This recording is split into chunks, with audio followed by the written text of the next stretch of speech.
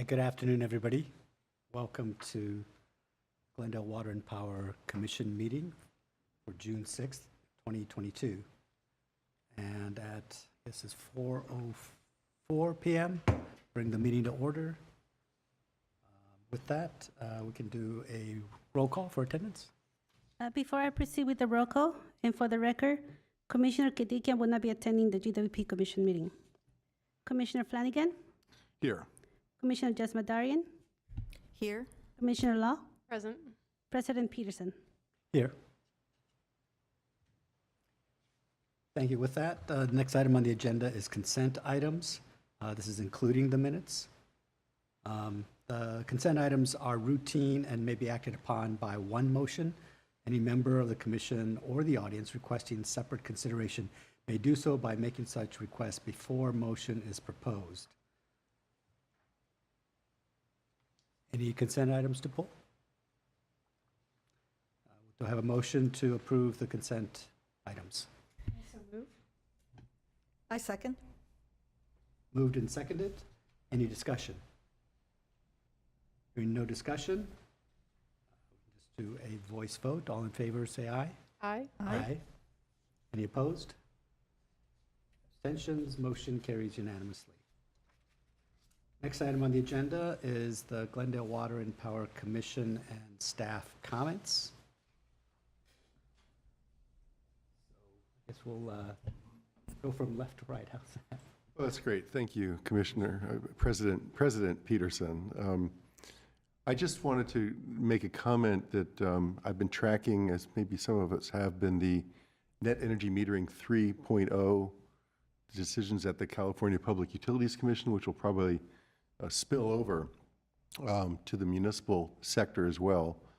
And there's been a lot of concern about the state of the solar industry, not just because of the Chinese tariffs. It was good news this morning about that, but about the state of solar given the changes to net energy metering and basically making solar a less beneficial deal for consumers. And my only comment that I wanted to make was it just seems to me, I'm proud of our net energy metering policy here at Glendale Water and Power, and it seems to me that it's important to uphold that when we see the news of the war in Ukraine going on and we realize what's happening with the global energy economy. It just seems as though everything we can possibly do to focus on clean energy, secure energy, non-volatile sources of energy, non-threatening sources of energy, it ought to be our policy. And so I just thought that it's important to realize that there are challenges to solar in particular, and to net energy metering that would retard the progress that we've made as sort of as a state and even a nation. So, thank you. Thank you, Commissioner. And I really want to echo what you're saying. Anyone watching the news right now knows that energy is playing a big part in conflicts that are, geographically distant, but in terms of their effect on global energy markets and on the energy that we're consuming, very, very direct. So I really thank you for bringing that up. I'll also second that I noticed the LA Times article today about the tariff situation, and I'm curious as to how that affects any projects that our utility may be contracted with. Do we have any contracts with solar providers who are also being caught in this tariff issue? And if so, is there any effect that we should be aware of locally regarding that national and international situation? And then finally, I'll just say that the situation with the drought is an ongoing concern for everyone who lives in California. And I welcome any kind of update from staff about water consumption patterns in Glendale and just where we are generally with the drought in our city. Obviously, it's an evolving situation, so thank you. Commissioner Jasmadarian?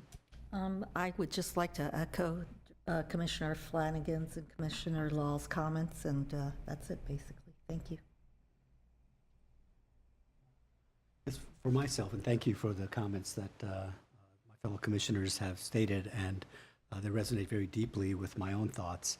Again, since our last meeting, I've had some additional discussions with our general manager, and particularly sort of trying to understand a little more of the details of the impact that power outages will have. And so, again, what are the ramifications if we have greater instability and less reliability in our electrical grid system? It really has come to me that much more clearly that the most vulnerable in our society are truly the most impacted and vulnerable. It will be the elderly, it will be the young, it will be those who are in critical care, those who are scheduled for operations. You're not allowed to do operations in a hospital when that hospital is on a backup generator, as an example. So, any one of us could imagine that we have a critical, procedure that we may be scheduled for, and all of a sudden, the electrical grid becomes unstable. And so it really is a genuine risk to life and health. It is not just an inconvenience. It's not just your restaurant not being able to provide the hot meal that you might have been looking forward to, but it really does come down to life and health for many, many of the most vulnerable in our society. So again, talking about the very sources where our energy originates, but also at the end of the day, here locally, if we can do more to try to bring reliability, even as we continue as strongly as we can towards full renewability and sustainability. Nobody disagrees with that, but it's just a matter that says sometimes we must look at the present, as John Maynard Keynes said, in the long run, we're all dead, so we need to think about the short run at times. Anyway, so those are my comments. With that, staff?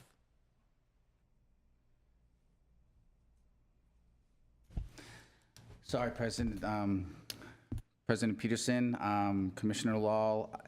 The tariffs are playing a huge part in our ability to find distributed energy resources that might possibly respond to our RFP, but also in the utility scale.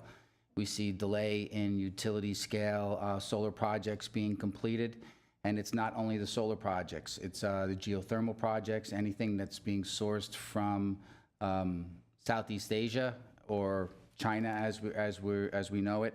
The idea of being able to put a 2-year hiatus is good news, and that just happened today. So we're hoping that things start to ease up a little bit, because the suppliers were very nervous that they wouldn't be able to have they would have supply chain issues where they wouldn't be able to source their programs. So they greatly increased their costs or remove their proposals completely. So we're looking at good news on the horizon, and I look forward to being able to give you a little brighter idea of what's going to happen with those RFPs.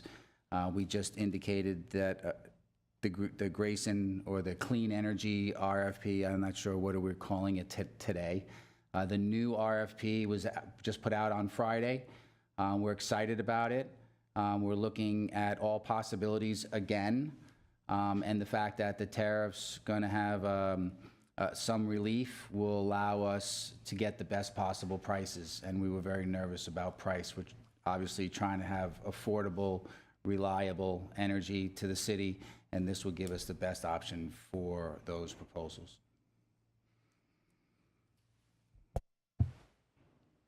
Thank you very much. Appreciate that. With that, we'll move forward to our next item on the agenda, which is the one action item that we have.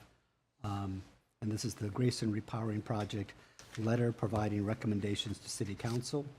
And we had tabled it at the last meeting to give the public more opportunity to review, because there had been concern that it was something that people had not had as much opportunity to review and consider, and now we've had the last month to do so.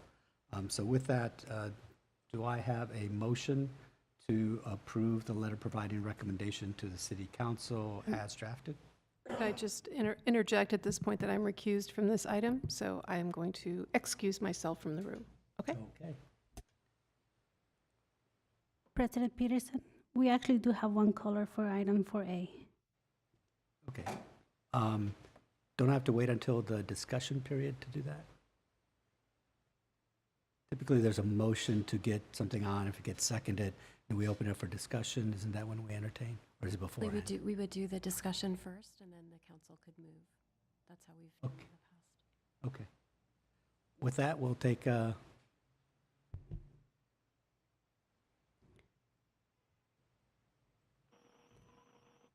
Hello? Mr. Cover? Yes. Yeah, you're on the air. Oh, this is strange. I thought there would be a period where you said the public should call in now. It's strange. I thought you were still working on the, I didn't even know you're on 4A. Very confusing for the public. Okay, well, hello, commissioners. I'm calling about your letter to the Glendale City Council. In January, you certified the EIR for the Grayson repowering. You asked for 7 more things. The council, in their wisdom, has delayed the purchase of the new fossil fuel infrastructure until the end of the year. Why are you writing to ask them to abandon that position and not asking them about those other things that haven't been brought up in council? Where is the plan to convert Grayson to 100% energy, clean energy? Where is it? They haven't mentioned it. Where are the incentives for solar battery storage for customers who already have solar? Where are the rules that require new and renovated buildings to have solar and batteries? Where are the instructions to expedite solar and battery storage on all city-owned sites? Where's the apprenticeship program?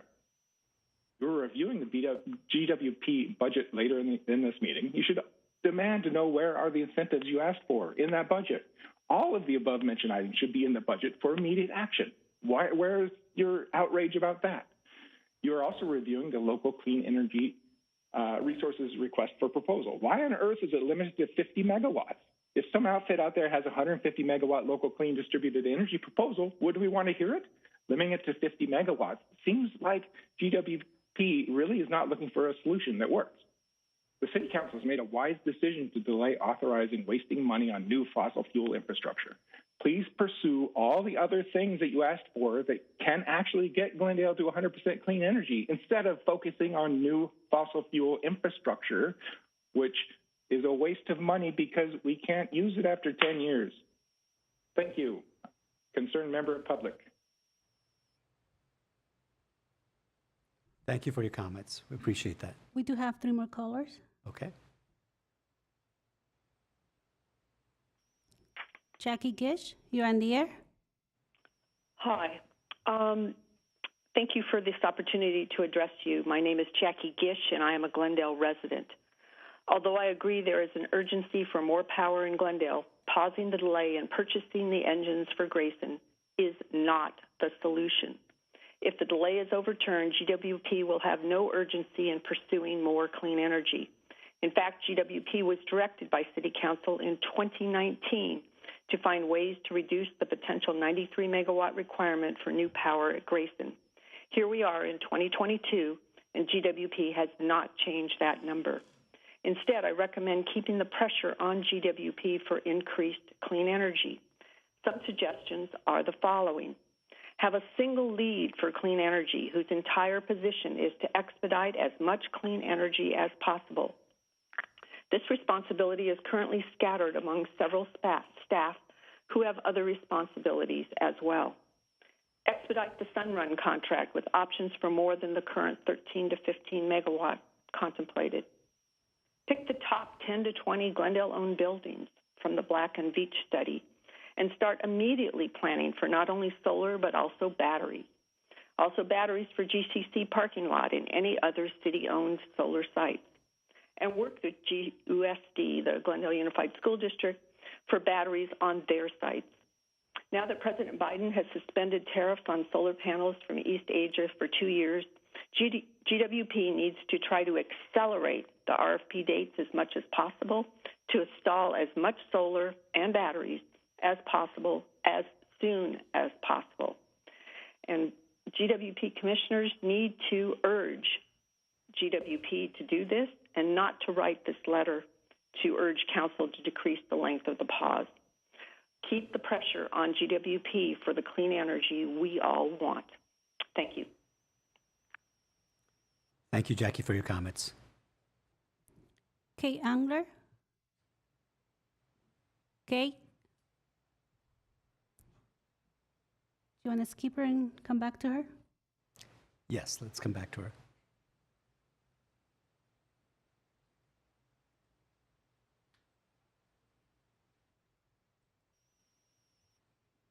Elise Kafayan? Hello, thank you. Good afternoon, commissioners. My name is Elise Kafayan. I'm a member of the Glendale Environmental Coalition. This commission, GWP Commission, already gave its recommendation to City Council back in January, and City Council took that recommendation into consideration in its decision-making in February and March. And the Council unanimously chose to postpone a final decision on the new gas equipment at Grayson to more fully investigate ways to maintain reliable power and meet reserve requirements without purchasing gas-burning engines. So City Council's direction provided 10 months to investigate ways to avoid the purchase of the Wärtsilä engines while allowing procedures to go forward with respect to demolition and other otherwise needed steps. So that decision was sound, and it also allowed the city to consider ways to avoid a huge investment in fossil fuel infrastructure.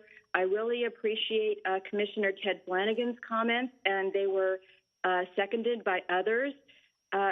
This delay is a smart move.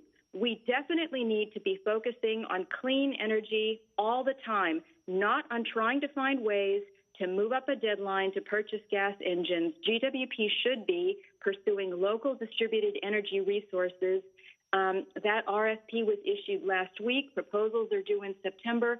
It would be premature for City Council to revisit its decision now when this RFP offers the possibility of identifying some valuable, innovative clean energy solutions.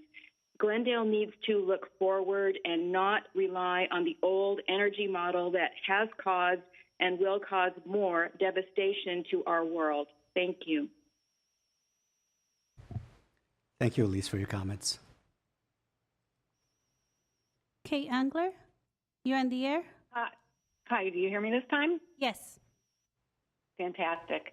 I appreciate the opportunity to talk. It is a little odd to be speaking to an agenda item that hasn't been presented except in written form at this point. I realize it was also presented last time, but in terms of this time, it's a little odd. So my comment is about the discussions, I guess, from last time mostly. It seems to be missing the most important consideration about Glendale's energy future, which is that we have to transition to clean energy with the greatest urgency, not just in the future, but now in the short term. I know all of us are on the same page that climate change is real, that it's an emergency, and we have to stop burning fossil fuels to stop the worst impacts. We all know that. But the conversation that you all had last time barely touches on that. And you do keep talking about the urgent need for more energy without talking about the urgent need to stop killing ourselves by continuing to put greenhouse gases into the atmosphere. Why is that? I often feel when I think about making comments at city meetings that the folks on the dais and in the audience must think I'm just being alarmist. But no, it's not alarmist to be alarmed under these circumstances. I'm alarmed, and I'm not alone. And if you're not absolutely alarmed, if the risks that we're facing aren't scaring the daylights out of you, I'm sorry to say you need to refocus your attention. I follow climate news. It's full of scientists and experts who are all alarmed. The most recent news coverage I came across was from June 2nd, an article discussing a statement by Catherine Payho, who is a climate scientist who has authored reports including the second and third National Climate Assessment. She said the world cannot adapt its way out of the climate crisis, and we're heading for dangers that have been unseen in 10,000 years of human civilization. Here are just a couple of quotes. People do not understand the magnitude of what's going on. This will be greater than anything we've ever seen in the past. It will be unprecedented. Every living thing will be affected.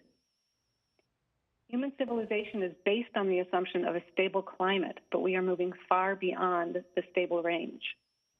This is an unprecedented experiment with the climate. The reality is that we will not have anything left that we value if we do not address the climate crisis. If you're paying attention, you would be fighting for all of our lives to make sure Glendale finds every possible way to avoid putting in equipment that will keep emitting carbon for more years. We won't have anything left that we value. And to be clear, the most vulnerable people are the ones who are hurt most by climate harm. If the city moves forward with these Wärtsilä engines, that's an additional 55,000 metric tons of carbon dioxide equivalent released into the atmosphere every year. We would need almost 1 million trees planted and grown for 10 years to counteract the amount of greenhouse gases emitted in just 1 year.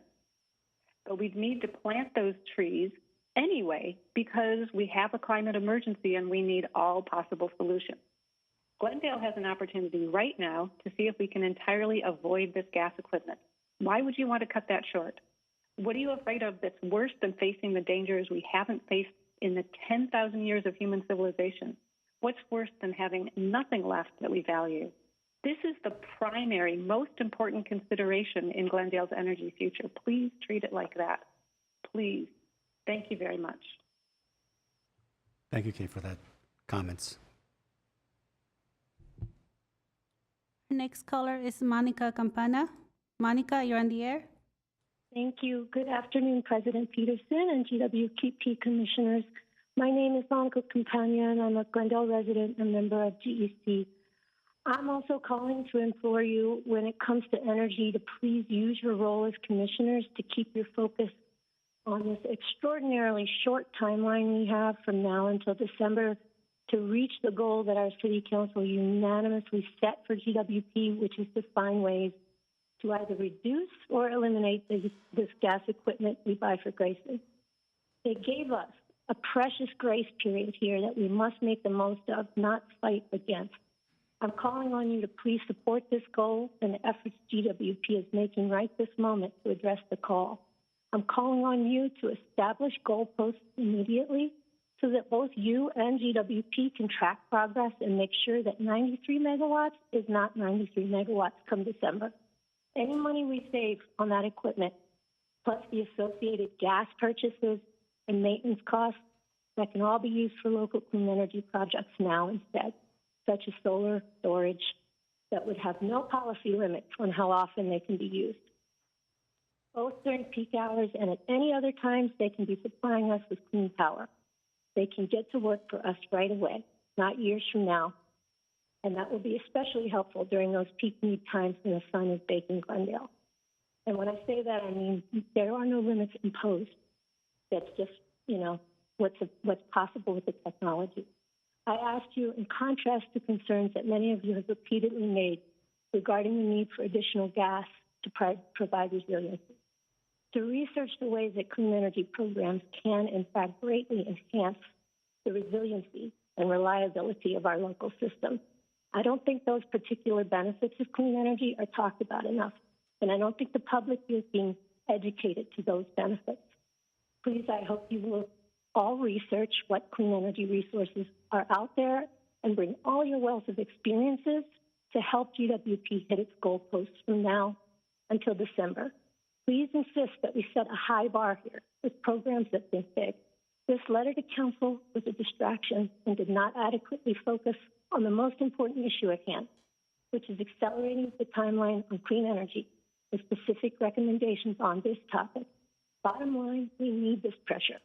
I plan to call in again with additional comments regarding the new RFP, and I thank you all for your attention.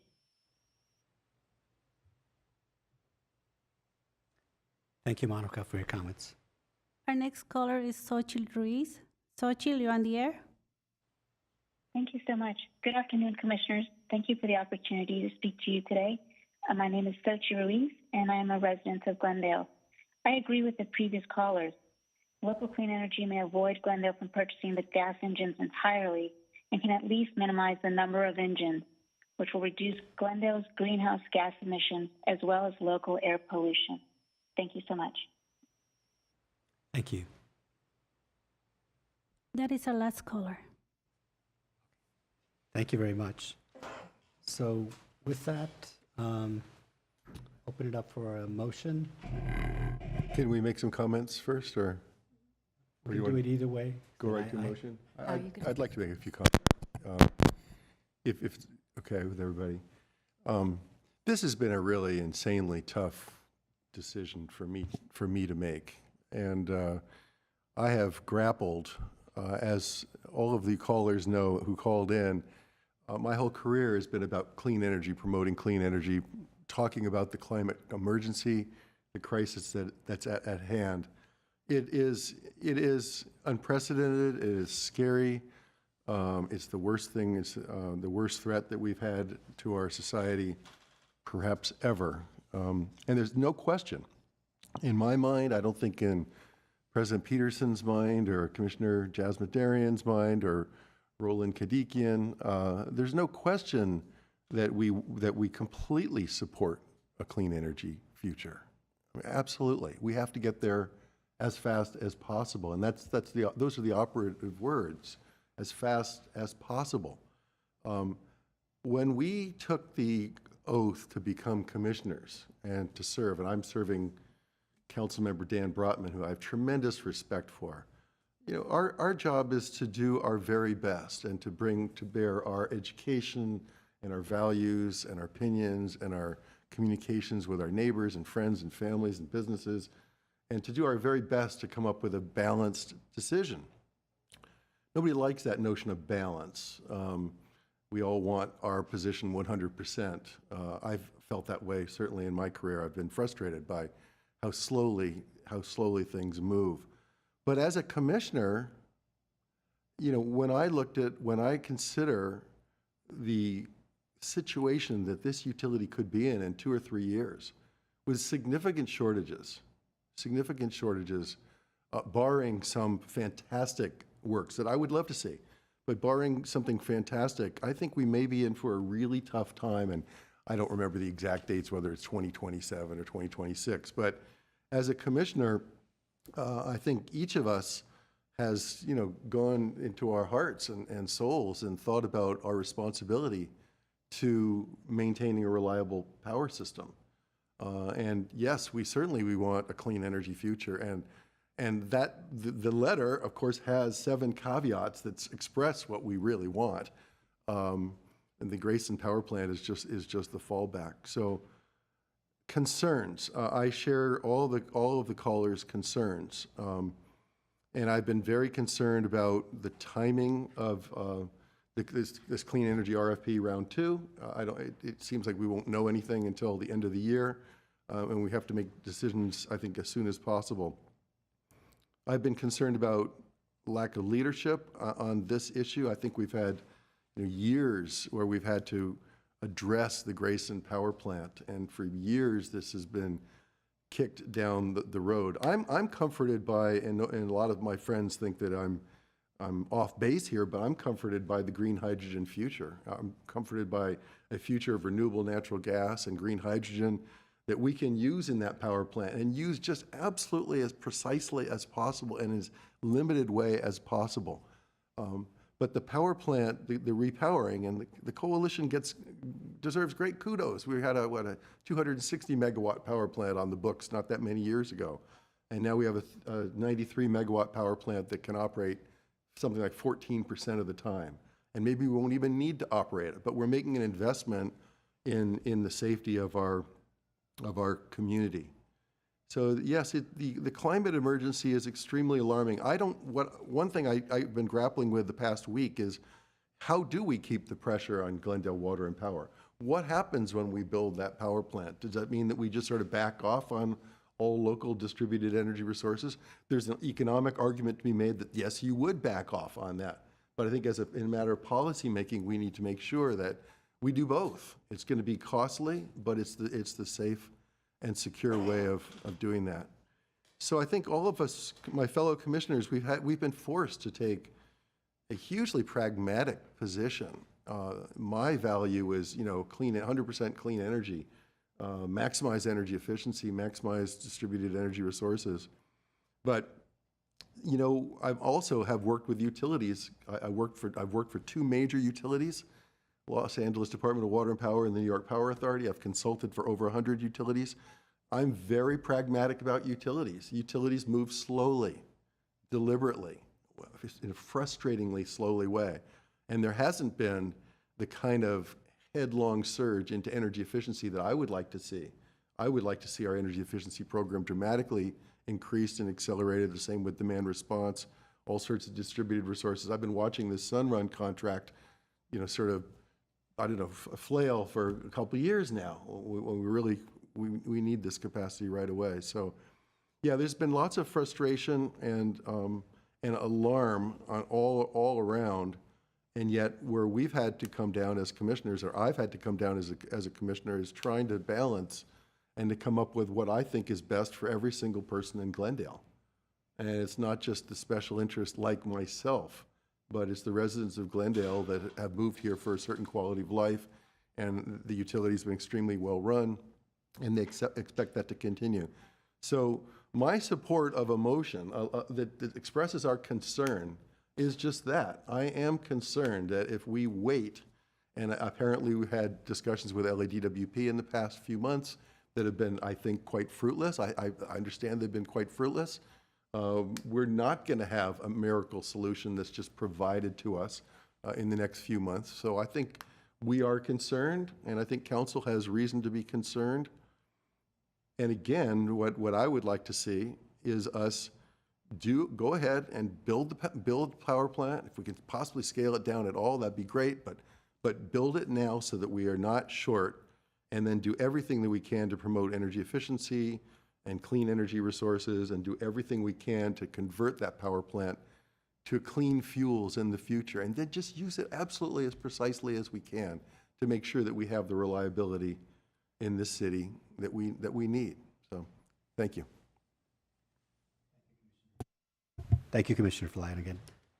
Commissioner Jasmine. I do want to agree with Commissioner Flanagan, and I do think that this is only a bridge until we can get the clean energy up and running, and I urge Glendale Water and Power staff to be looking at clean energy and looking at the 7 recommendations that have been made along with the other motion to see how fast we can get those things up and running. We really need to, we need to build Grayson, unfortunately, but at the same time, we should be operating that as little as possible and using clean energy as much as possible. Grayson should only be there for emergencies as we need. So I would urge the staff come up with a plan and share that plan with the commission and with the public. Thank you, Commissioner Jasmine. My thoughts and comments are very similar, in line with what Commissioner Flanagan and Commissioner Jasmine have articulated, very fluently articulated. It's one of the things that occurred to me as I was listening to clearly very passionate and well thought out comments from members of our public who are sharing a perspective that I think many of us also share. I'm not quite sure where I struggle with, I guess, is what I'm trying to understand is how expressing our concern that there's a cost benefit. Delaying Grayson may have some benefits, but it also has costs. And at least in the, as we have been led to understand, given the data and information given to us, right now it feels like that the costs outweigh the benefits in terms of delaying moving forward, because we haven't been able to find these sort of alternatives that would preclude us from the necessity of having this insurance policy of Grayson. That said, is if maybe General Manager Young, you could help explain to me if there's any kind of incentive for you or your management team or anybody in the rank and file of the 340 some odd employees of Glendale Water and Power. Does anybody benefit or have an incentive to do a repowering and hold off on doing clean energy? Are you incentivized in any way? President Peterson, no, there's no incentive for us to hold off on working towards clean energy. As you can see in our portfolio, it's very aggressive in clean energy, both in renewable and in clean. We were leaders in DR programs. So we also believe that we should be cleaning the environment. We are stewards to the environment. I don't know of anybody that said, let's just turn on the power plant, let's pollute the hell out of the area. Nobody said that. Everybody's on board with doing everything that we can to get to where we need to be, and that's SB 100 rules. So we're working towards that, but also reliability is a huge, huge issue for us. That's what you pay us to do, to make sure that the lights stay on when you need them. And that's what we're also trying to do. It's a balancing act. So our DER programs and our local solar and our local opportunities, they won't stop, and neither will the load as we start shifting dirtier enterprises to the electric business. We're going to have to find newer and more inventive ways to keep up with that extra load. The load increase is going to be phenomenal. And like I said, Los Angeles, in their worst case, anticipates a doubling of their load. We don't anticipate a doubling of our load, but we do increase an increase in load. And that increase in load is actually going to be beneficial to the environment, because we're going to be taking 43% of the air pollution out of the state of California through transportation. And if we can put that on the electric industry, and then we can regulate the electric industry and find new and better ways to produce that energy, I think that's a win. It is a huge win to both the environment and the city. Thank you for that. And one of, I guess, two other things that sort of resonated with me in terms of questions that were raised that you might be able to shed some light on. One is, what I heard, at least the perspective, at least of one commenter, was that the effort to try to find clean energy and the options and the viability of a path forward is distributed among many people, and there's no single driving person or position. Is this in fact true? I don't look at it that way. What I look at it as, I look at, you have teams of specialists that are working together in order to achieve a common goal. And that common goal is directed by City Council, and it's expressed through me. And if I have a power resource person looking at utility scale renewable energy and clean energy options, and I have somebody that's working inside the city for DER programs, I think that's healthy. Instead of having one person trying to look at all the options, we have two groups looking at inside the city options, and we have one group looking at inside the city options and one group looking at outside the city options, and we're coming together to create a portfolio that works. If we were to actually just buy solar, we would have an abundance of solar power in the middle of the day that we would have to get rid of, or we would have to curtail. That's not what we wanted to do. That's why we got into the geothermal projects that we were opportunistically looking at a couple of years ago, and that they haven't come to fruition yet because of supply chain issues. But that's a good way of doing it. We look at the objective and we create a portfolio, and we add to the portfolio certain projects to make sure that they all work together.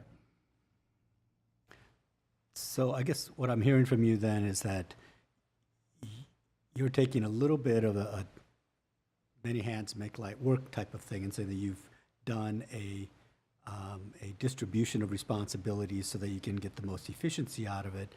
But I'm also hearing that you are that one person, that the city council has directed you to be pursuing a 100% clean energy future, and that it is your responsibility and you're being held accountable to deliver as much as you possibly can on progress towards that goal. Is that a fair statement? That's correct. So you are that one single person, and you have then delegated certain technical components and or details. But I know that I have discussed with you, every time I talk to you, it's about what are you doing for clean energy. I know that when other commissioners have talked to you, it's been along similar lines. I sound like a broken record to you. And I guess the last point is just that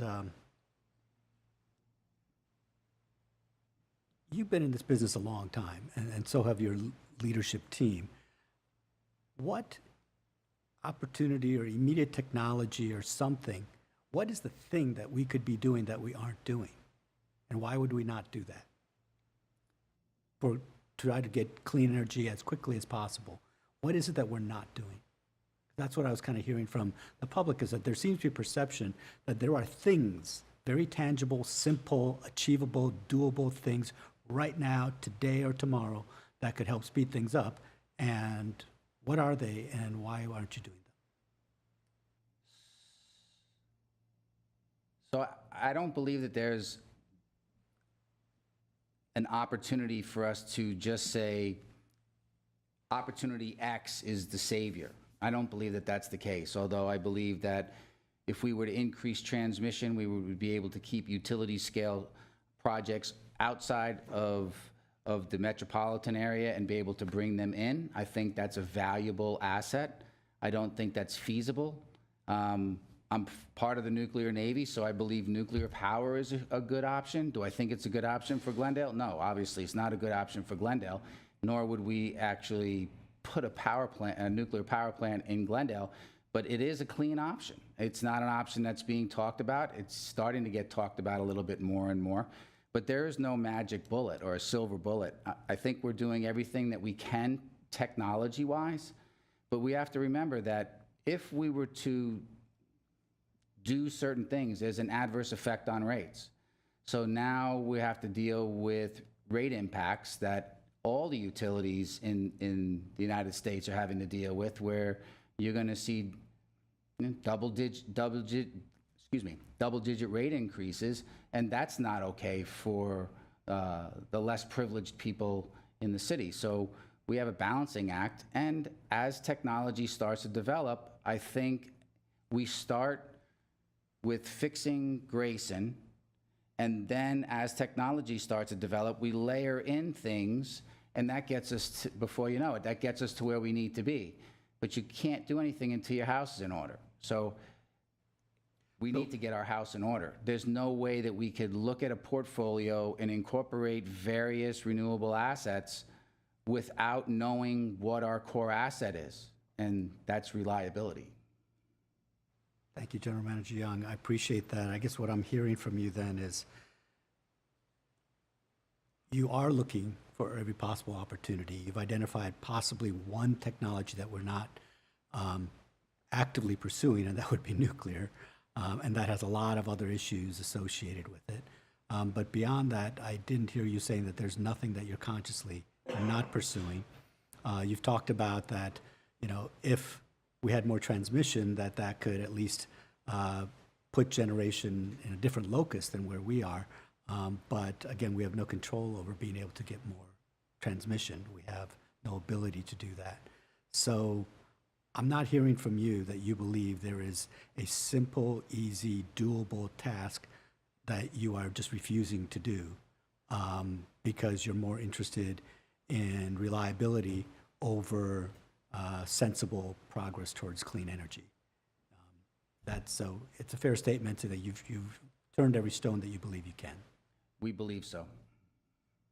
And would you say that you put reliability above making progress on clean energy?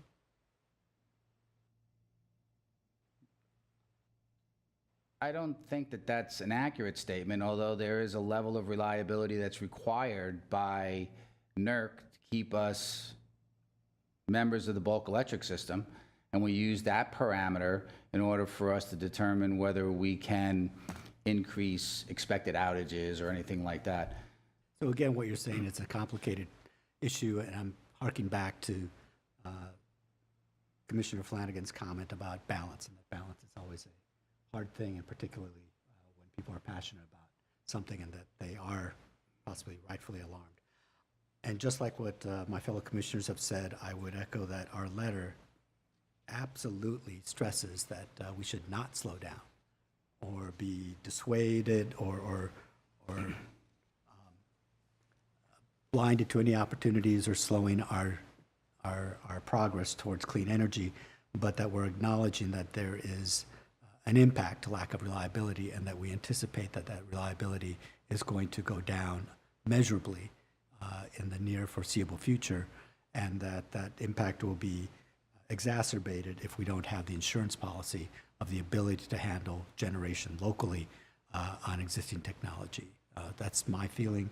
I think we seem similar on this, so those are my comments, and with that, I guess, do we have a motion? Sure, I'll make a motion to approve this this memo, this memorandum. I'll second the motion. Been moved and seconded. Any further discussion? Hearing none, do a roll call vote.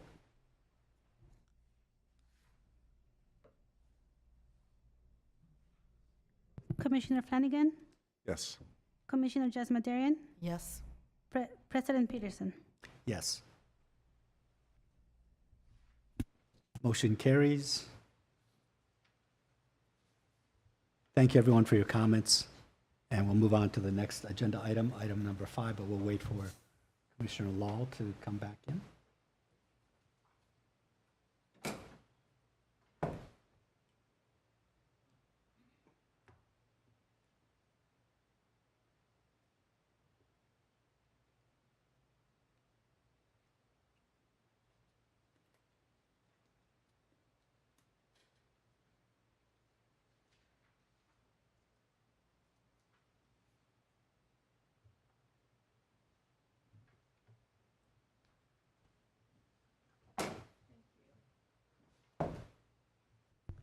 Welcome back, Commissioner Law.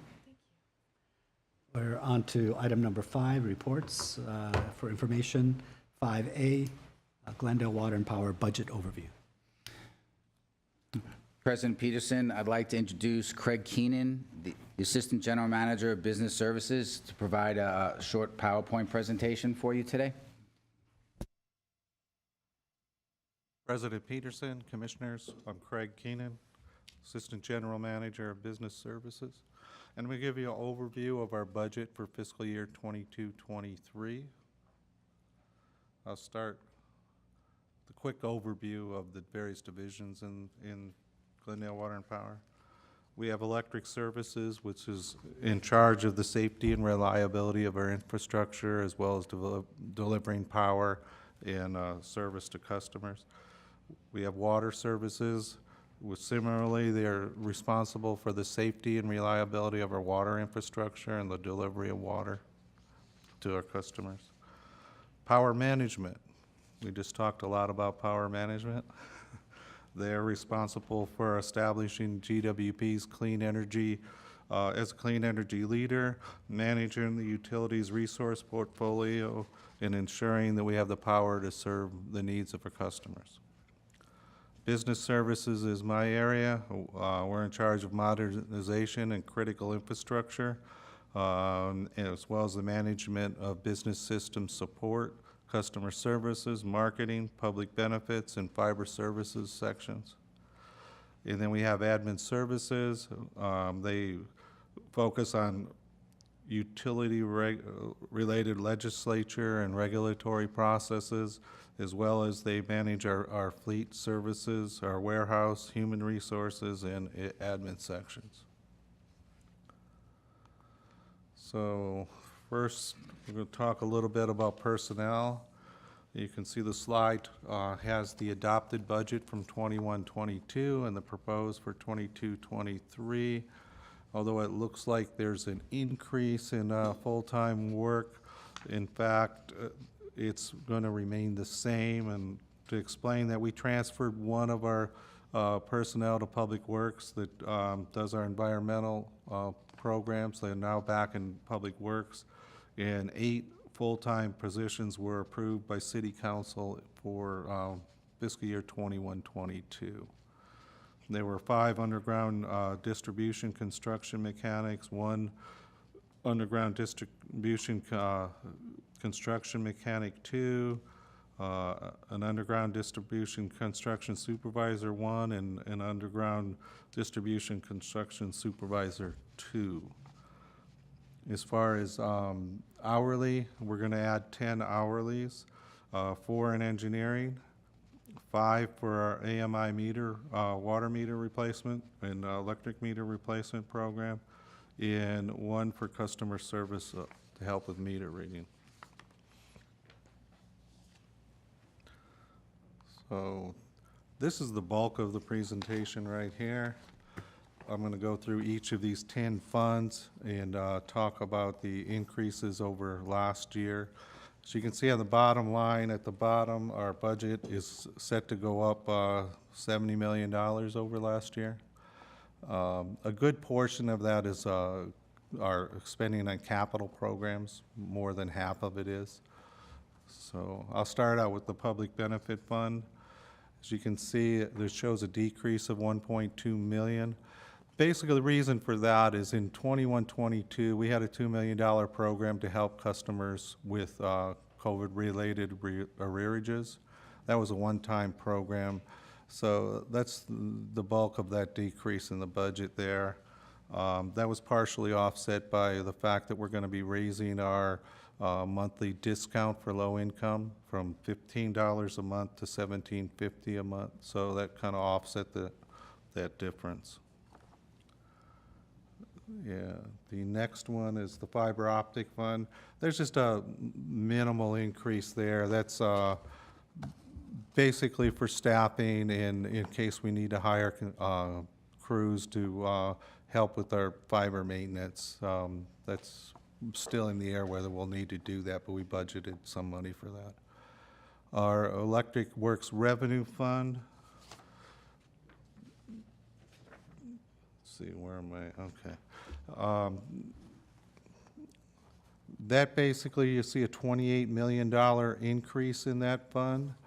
That's primarily due to power cost increase, natural gas, and primarily natural gas in some power.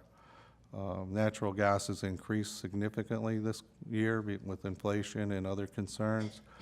So that's what that increase is. In terms of the depreciation fund, there's a $39 million, close to $40 million increase. A sizable amount of that is $26 million for the new biogas project. And there's $4.1 million added to the 4 kV to 12 kV program. And $2.5 million added to the GWP solar design build program. That's projects on city facilities, solar projects. And there's 4 of them we're looking at for next year. There's one at the Fire Department Station 22, one at the Police Department building, one at the Perkins building, and one at Community College Lot 30. That's about $3.4 million we estimate for those. There's a $1.8 million of that was added for fleet services to replace vehicles. We are adding $900,000 to our LCFS EV charger program. So the new total for next year would be $1.4 million for electric vehicle chargers. And then $500,000 was added to the electric meter upgrade program for a total of $1 million next year. So the customary capital is the same, the repair fund is the same. In terms of Waterworks Revenue Fund, that's set to increase about $2 million. Primary causes of that are $900,000 for purchased water, about $500,000 for salaries and benefits, $446,000 for utilities, and about $190,000 for repairs to equipment. Next item is the Water Depreciation Fund. We have a number of projects in this fund. One is the Pipeline Management Program, the Water Service Modernization Project to upgrade water endpoints, Water System Optimization Program. That program looks at the pipe sizes and other pump station operations to see how we might move water around the city more efficiently and save money. That's a $1 million a year program. Water tank rehabilitation program. The water department does routine inspections of water tanks, and then we do upgrades as necessary to maintain their integrity. In the water quality enhancement program, that purchases large items for use in improving and maintaining water quality in the system. So as far as that $2 million increase, that $2 million was added to the modernization program, brings the total authorized to about $4 million. That is to help us replace endpoints on the water system for meter reading purposes. The system was installed in 2010, and we're having some issues in reading the endpoints, so they're pretty much at the end of life. We're going to replace the whole system. $532,000 to the tank rehabilitation program, $200,000 for the water pipeline management program, and $180,000 for the water quality enhancement program. Those increases are partially offset by a $1.9 million decrease in the water pumping unit replacement program. So the next, I think, 4 slides are just highlights of various projects we have planned, except for this one. Grayson Repower. This is just a quick update of where we're at, what we're working on. The item will separate Unit 9 is one of the things we're looking at doing. Demolition and prepare the site. Issue the RFP for the DER, which was already discussed. The battery storage down at the site, and the final design for the thermal generation. Basically, what value would it bring? Replaces aging infrastructure, maintains reliability, allows for integration of new clean energy resources. Funding, that's still to be determined whether, bonding is one of the ways to do it. We just have to figure out, the cost and the term and stuff. So installation of EV chargers. Basically, we're out there identifying locations, doing the design, obtaining permits, and installing chargers. Next year, we plan on a minimum of 40 new chargers throughout the city, and other programs to promote EV adoption among low-income and multifamily residents.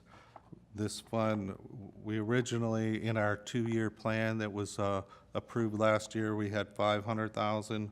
For next year, we've upped that to $1.4 million. The water pipeline management program. This is a long-term program to replace our old water lines, cast iron water lines throughout the city. We're doing it to improve reliability in the system, improve water quality, replace fire hydrants to meet the current standards and spacing requirements, and reduce energy requirement in pumping. It's funded at $5.9 million next year. The fiber backbone, we're starting the construction of the fiber backbone around the city. That's about a $6 million project. Ultimately, we're looking to provide high-speed broadband communication to businesses and city facilities, and to promote economic growth and increase tax revenue through the program. The virtual power plant, this was an item of discussion earlier. This program would install solar and battery storage systems on single-family homes and multifamily residential properties. It's looking at up to 15 megawatts of battery storage and renewable solar. It would provide local clean generation for Glendale. The funding for next year is $2.5 million. And so that's the presentation, if there's any questions. Thank you very much for that excellent presentation. I'll open it up for questions. From commissioners, why don't we start with Commissioner Jasmine Darian?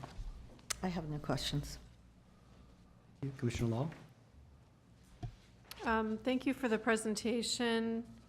I think I want to distinguish in the work that GWP does between work that is kind of forward-facing, it's customer-facing, and work that's kind of behind the scenes, right?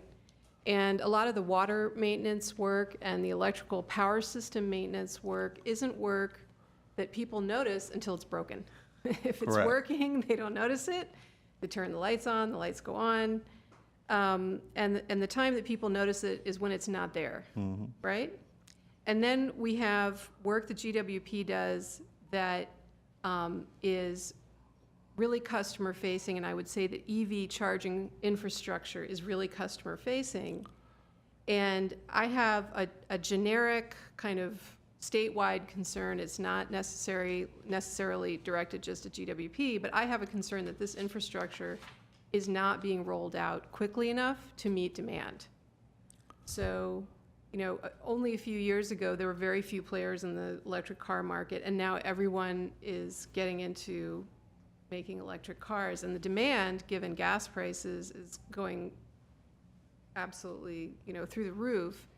And in my office, I'm hearing about people who are driving to Colorado to pick up a car and drive it back because they can't find one in California. So with that kind of demand, we're going to have a lot more people either who live in the city and are parking in the city at night, or who drive into the city to shop or to go to work. And I just want to know if GWP can be doing more to really meet the need for that infrastructure, because I'm really concerned that we're behind the 8 ball on this. President Peterson, Commissioner Law, supply chain issue is definitely running a big, huge problem. We have 2 projects that have been sitting there for 3-4 months waiting for parts. And as soon as we get the parts, we'll get another 24 chargers in. So we're finding that the delay in being able to procure the assets, the hardware, is almost 12 months. So we're fighting and scrapping for the same small components as everybody else. But I've given direction to staff to continue the construction, and I would rather them sit there partially constructed and waiting for the rest of the hardware than to wait to start the project. So we're going full bore. We anticipate having 60 to 65 between this year and next year, and that's still our goal. So we're still pushing. We're trying to coordinate with Tesla so that we can have some of our chargers and some of Tesla chargers. That works good as long as it's in where they find it to be profitable for them. So we're working in conjunction with Tesla to do that. I think parking lot 30 is the next option for us. We're looking at an aggressive charging network there, as well as solar panels. So hopefully, with a little luck, we'll get that one up and running, where not only will we have 1.5 megawatts or something similar to that in solar, but we'll also have 20 or 30 chargers. So we're looking forward to doing that. As soon as supply chain eases up, that's a high priority on our list. Okay. And then the second observation that I would make is that, you know, years ago, I asked the general manager at the time, Mr. Zern, about the fiber project, and I believe, you know, we've discussed it several times since I've been on the commission. And in that time, the world has really dramatically changed due to the pandemic and people working from home. At the time that I was speaking to Mr. Zern about fiber, you know, the focus was entirely on city facilities and on businesses, and that was, you know, primarily for an economic case versus whether people would actually use it case. I just wonder if we can keep an open mind about the distribution of fiber for residential use, given that we have so many people in the city who are working remotely and who continue to work remotely. Some people are never going to go back to the office. Some people are going to work in a hybrid way. And just speaking as a resident of the city, you know, there isn't great competition for this product between the current providers. You know, the cost of it just keeps going up and up. And if you look at, things like landline telephone service in conjunction with DSL or other kinds of older technologies. There just isn't great service in our area from the existing providers. So something to think about, to just keep an open mind about whether this could ever be deployed residential. Commissioner Law, we are actually in open discussions and looking at being able to broaden that fiber backbone into residential, whether we partner with another company or whether we do it ourselves. But the main focus is to be able to get the backbone in, and then once you have the backbone and establish the larger customers, then you can start filtering to the smaller residential customers. But it's definitely high on our priority also.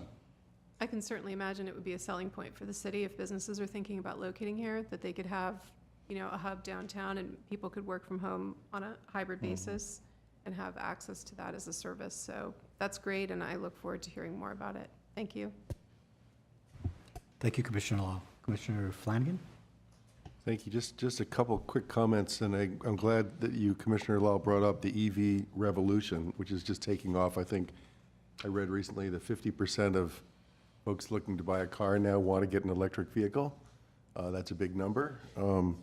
I know that my electric vehicle was taken over by my gal. Once the price of gas got really high, she took it over. So it's a good sign, because I think the electric vehicles are fantastic. Do we still have an EV charger rebate for homeowners? I mean, we're talking about city facilities, but do we also have Yes, the we homeowner do. rebate still? Yes. So we could have lots of level 2 charging going in distributed at the household level. We have charger rebates for residential and multifamily and businesses, and they're pretty good size rebates. Yeah, I think I took advantage of one of yours. And then with the public EV charging, are people having to sign up for some sort of a service so they pay for those kilowatt hours? Right now, we giving them away? use, our chargers are mainly installed by Green Lots, I believe it is. And you can sign up and get a card. I got a green card that, you just put $25 on this card and charge it to your credit card, and then every month they'll renew it, and I just charge. So Or, we're not subsidizing that charging as a utility. We're no. providing it at our cost, or We're selling the power at our cost. our retail rate? Yeah, we're not allowed to subsidize customers. Okay. And the other comment I want to make is, and this sort of harkens back to my comments about green hydrogen, but I'm very bullish on the vehicle-to-grid future.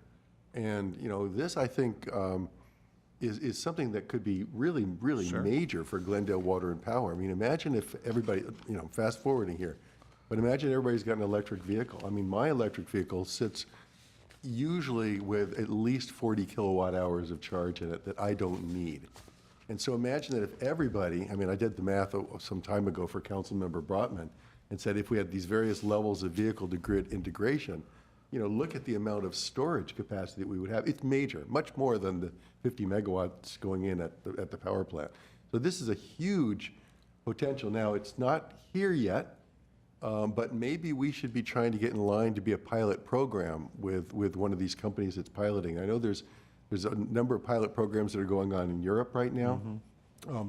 And this is not just for electric vehicles or the passenger cars, but my company's just been involved with, getting 10 electric buses for a school district down in Chula Vista. They're all vehicle-to-grid capable, all those buses. So all buses being funded by the CEC. And they, by the way, they have about 150 kilowatt hours on board. And so, during the summer months when school is not in session, or on the weekends potentially, we could have some opportunity. What's happening with electric trucks, even Class 8, really large electric trucks, or trucks are being built electric now, and they have huge battery packs. And so many of these fleets, we could have potential partnerships with these fleets going forward. And I see that as something that's not too far out, and again, something that maybe we should be pursuing and becoming, just as we've been a leader in a lot of these programs, maybe we should be getting in line to be, one of the first California munis to pilot a vehicle-to-grid program. Commissioner Flanagan, we are excited about that opportunity, although it does change, it changes a couple of things. It changes that charging ultimately would increase light load charging capability because you'd have to charge at night instead of discharge, or you'd have to charge during the day. And when you charge during the day, then you're putting a different burden on the distribution system. So we're frantically trying to get this 4 to 12 kV conversion taken care of, because if you go from 4 to 12 kV, you can triple the amount of current through that transmission or distribution system. So we're trying to get that infrastructure in place because we do believe there's going to be massive current movement through the distribution system for the vehicle to grid and charging your buses and your whole fleet services at nighttime. So we are excited about it. We're a little nervous about it, which is why we're trying to frantically get our distribution system in order, as all utilities are. I'm glad to hear that, and I think the technicalities, the details are complicated for me and for others, but this concept that, you know, we all in the future will have these cars that'll have like lots of extra capacity that can be used as the sort of almost the lungs of the power distribution system, charging and discharging, and also we can also have all of our individual households and apartment complexes and businesses can also have stationary storage devices. So we're talking about the potential for massive amounts of distributed storage in our utility future. So yes, please do get all those lines up to snuff so that we're ready for that. Thank you, Commissioner Flanagan. I do have one question, or just an observation. So when I'm looking at the overall increase between the adopted 2021-22 budget and the proposed 22-23 budget, it's a 19.1% increase. Does that translate to a 19.1% increase in tolling rates? Are you asking if it can translate into rates? Or? Yes, rate increases? Not necessarily. Because just because we have a budget doesn't mean that's what we're spending.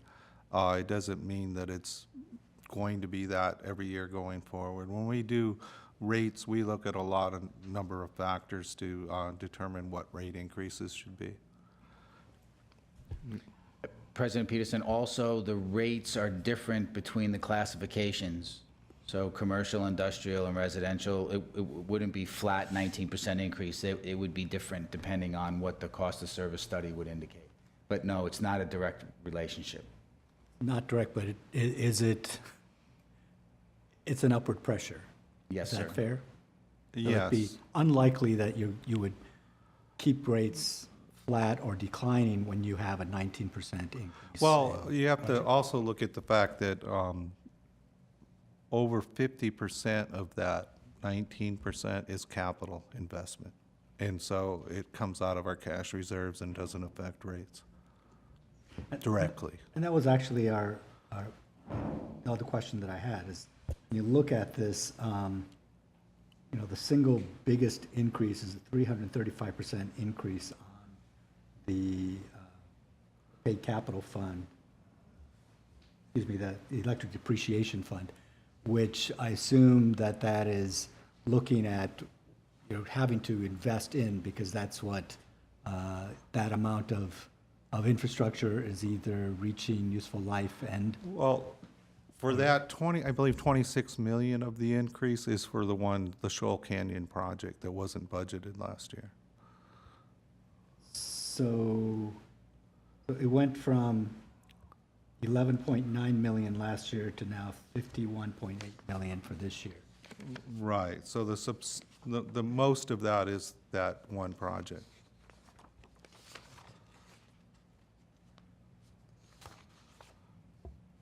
And the other one that was a smaller, about 10.4% increase, but order of magnitude wise is because it's your biggest budget item. The electric works revenue, so that's just the maintenance and operations. That's of an the grid? M&O, yes. And does that go into the raising of the 4 kV to 12 kV, or is that a separate? capital investment versus an. That is part of the depreciation, the 4 kV to 12 kV. The big increase in M&O is natural gas.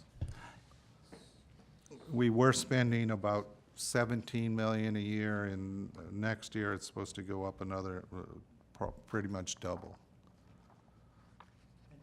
Does GWP buy, I know that the state has a natural gas consortium, or that it provides, it buys it, it's one of the largest purchasers on the national market, and then public entities can then purchase from the state. Is that the mechanism that GWP uses, or is it GWP does directly with suppliers? Is there? President Peterson, we go ahead and look at opportunities directly. We're wholesalers, so we purchase natural gas, but we also purchase power. So when we talk about an increase in natural gas, we're also talking about a subsequent increase in the power cost, because they're related to each other, they're linked together. And we see a huge increase in natural gas, which is subsequently a huge increase in purchase power. So they kind of go hand to hand. The reliability component, the evening generation that's necessary after the sun sets, those are the things that we're having to deal with right now. We provide hedging. We look at opportunities to minimize our risk in the forward markets. We do that all the time. We have a risk manager, and we have a trading group that actually look at minimizing exposure to price spikes. If I'm understanding correctly, then the natural gas price increase is not so much cost going up for GWP. It's not so much GWP buying natural gas directly. It's a small portion of it, but it's buying the electricity from various generators that are out there who themselves are in the natural gas market because they're generating from natural gas-driven generation plants. Is that? I think you're correct, although we have a certain obligation of natural gas that we need to buy based on generators that we have. So there is a natural gas component that's increasing, but that increase is being felt throughout the whole thermal generation world, and that's causing an increase in electricity prices also. Thank you. Certainly not going in the right direction. With that, we can move on to. President Peterson, we do have 2 callers for item 5A. Oh, okay. Brilliant. Did Commissioner Jasmine-Darian have any comments? I just had one question about the Shoal Canyon project. Are any of that or any of the other CIP actually being financed with any kind of debt issuance, bond financing, that type of thing? Currently, the plan for Shoal is be financed out of cash reserves. We have our regular cash reserves, and we have another fund that has to be spent on cleaner or clean fuel type things. So it's a combination of those two, but it's cash. Thank you. Jackie Gish, you're on the air. Yes, I'm sorry to call in again, but I have some questions.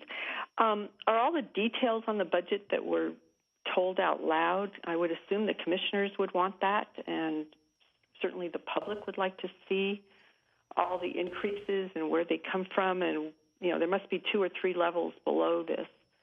Is it possible to get that information? And the second thing I have is unrelated to this.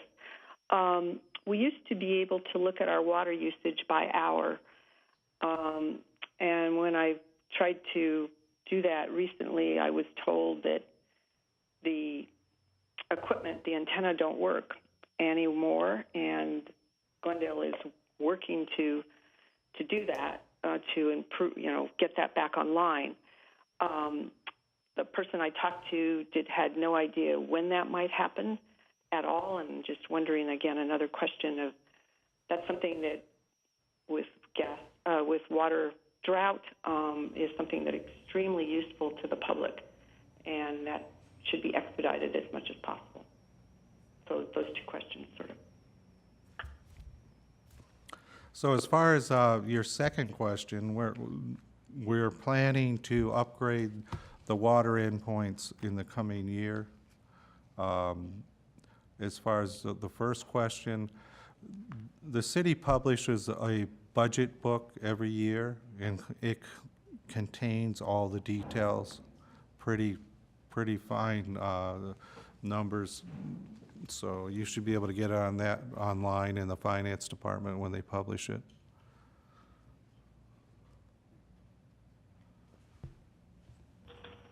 Bert Coover, you're on the air? Yeah, calling in again, different item. Well, why aren't we fully funding solar installation and battery rebates? Every megawatt we can produce locally in Glendale is a megawatt that we don't need to produce at Grayson. Certainly, we should be funding large rebates for low-income homeowners to put solar with battery onto their buildings. Where is that in the budget? Where is the budget for bringing in a clean power expert to help us map a path to clean power? Specifically, why haven't we contracted with Rocky Mountain Institute, say, to give us a path to 100% clean energy? I appreciate Mark Young's leadership, but I'm concerned that he's the wrong man at the wrong time. We need to transition to 100% clean energy as fast as possible, and he just doesn't have the expertise doing that. The commission can ask him for what alternatives he thinks we could pursue, but that's like asking a train conductor for advice on other modes of transit. Please budget for local power and local energy storage and also for getting expertise in clean energy to help us get to 100% clean energy as soon as we can. Thank you.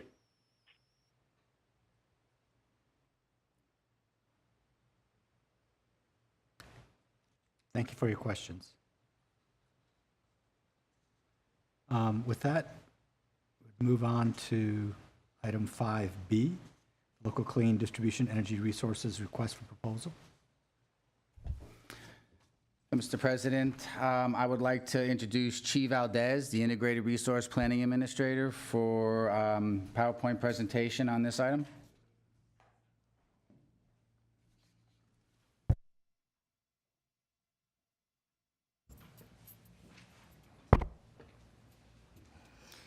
Good evening, President Peterson and members of the Commission. Chi Valdez here, Integrated Resource Planning Administrator for Glendale Water and Power. So I'll be providing an overview of the recently released RFP for clean energy, distributed energy resources. So as recommended by the City Council back in March, we released the DER RFP about a week ago. This is to seek a range of new distributed energy resources to supplement or potentially reduce the need for the 5 Wardzilla engines at the power plant. So we're looking for local capacity to bolster resiliency of our grid, especially to support peak reduction during critical load hours, and to provide resource adequacy or reserves to cover high load scenarios and or transmission outages. So this RFP anticipates procurement of up to 50 megawatts of capacity from all proposals.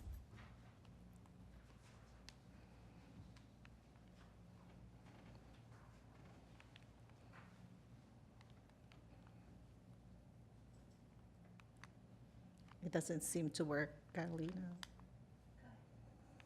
There you go. Thank you. So the following are the eligible DER categories covered in this RFP.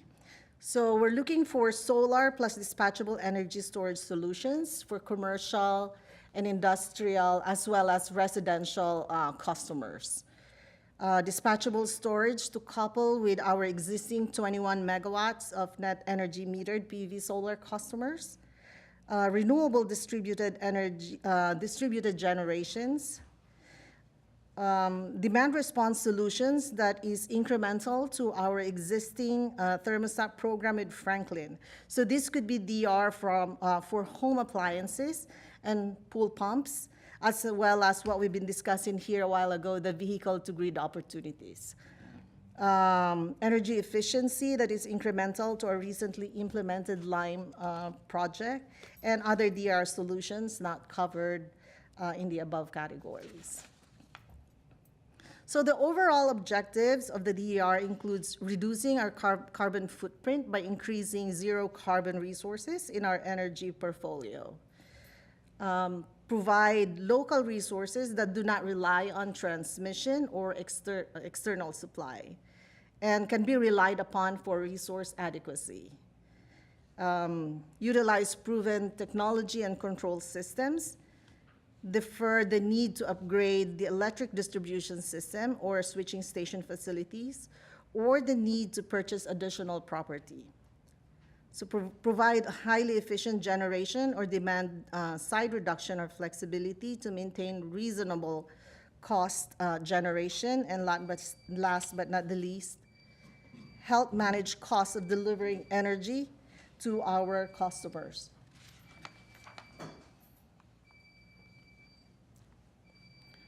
To be eligible, the proposer at the minimum must have completed at least 2 similar projects in the last 5 years. And for generation and storage proposals, at least 2 projects of 1 megawatt each or more using the proposed technology. And as a guarantee that the proposer will execute the agreement if awarded, the proposal must be accompanied with a surety bond or cashier's check in an amount not less than 10% of the aggregate sum of the proposal.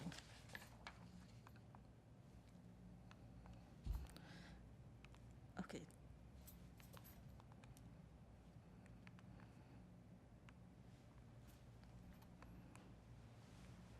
I guess it's up again, sorry.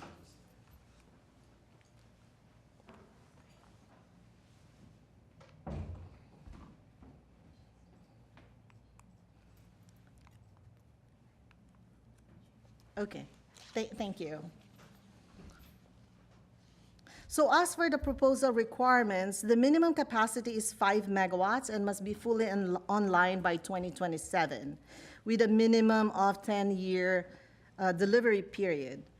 It must connect to Glendale's 4 or 12 kV circuits. The proposed capacity should be available during critical load hours, which is typically between 3 o'clock and 9 o'clock in the evening. So for storage, the discharge time should be at least 2 hours. We will also require the proposer to provide GWP control, direct control of the charging and discharging via a software. And as mentioned earlier, the proposal must be incremental to our current programs and must not include city-owned properties. And as applicable, the contractor is responsible for constructing, owning, operating, and decommissioning the DER. All the environmental attributes, such as RECs, should be transferred to Glendale. The contractor must also create and maintain a robust measurement and verification plan. We require performance testing to be performed on a regular basis, as well as the contractor is responsible for the initial and ongoing marketing of the program. So proposals passing the minimum and mandatory requirements will be evaluated based on the following 5 criteria. Proposer's qualification and experience, the proposed solution's environmental impact, not just on RPS and GHG, but also its ability to address environmental justice and equity for all Glendale residents and businesses.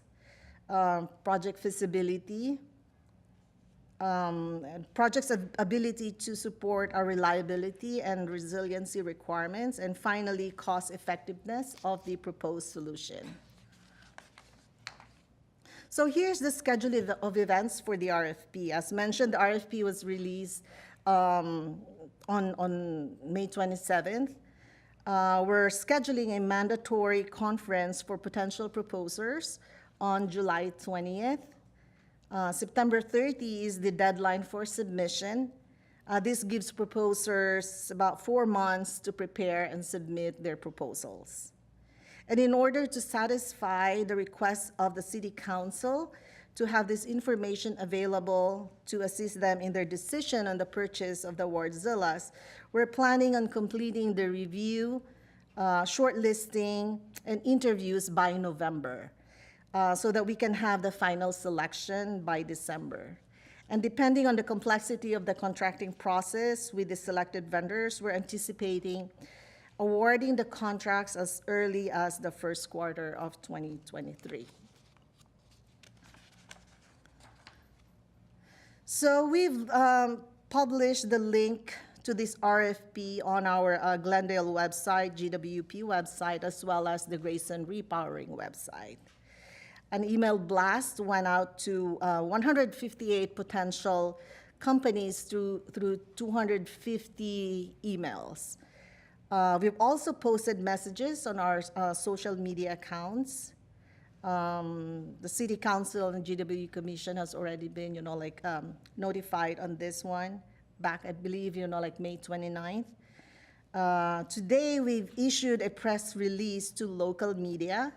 It was also sent out to various power agencies, including SCAPA, CMUA, and APPA.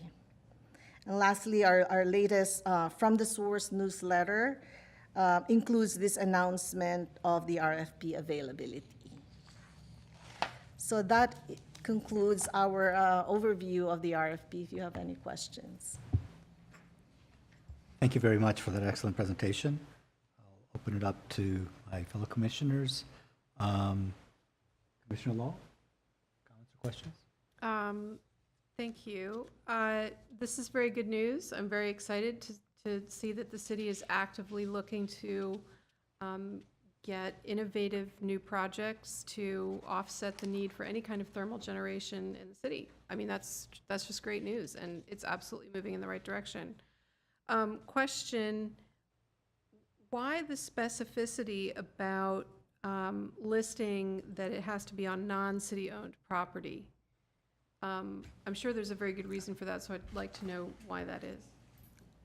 Commissioner Law, it is because we have an existing program right now working with an owner's engineer to install solar and storage on city property and didn't want to compete with that. And then also, when you add city properties, it triggers a bunch of public works laws that kick in, including prevailing wages and a bunch of other requirements that added a lot of complexity that we didn't want to slow down the process for.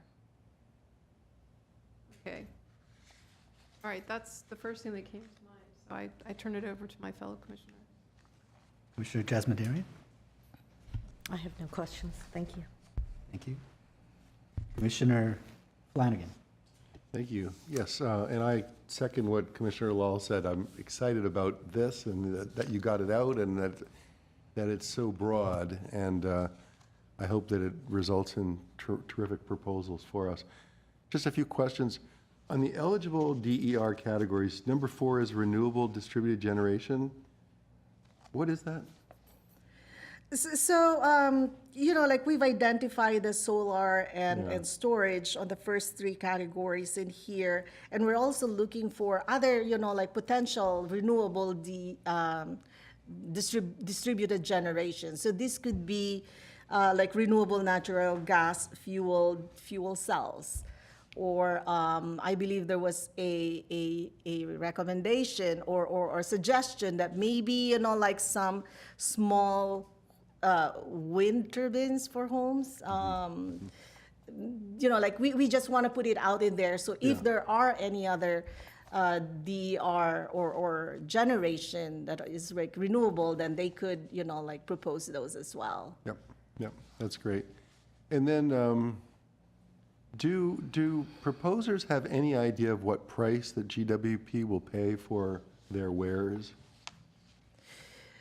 We haven't established that one, but yeah. How would they know whether it's worthwhile to bid or to submit a proposal? Would they look at your avoided cost, or what would they be?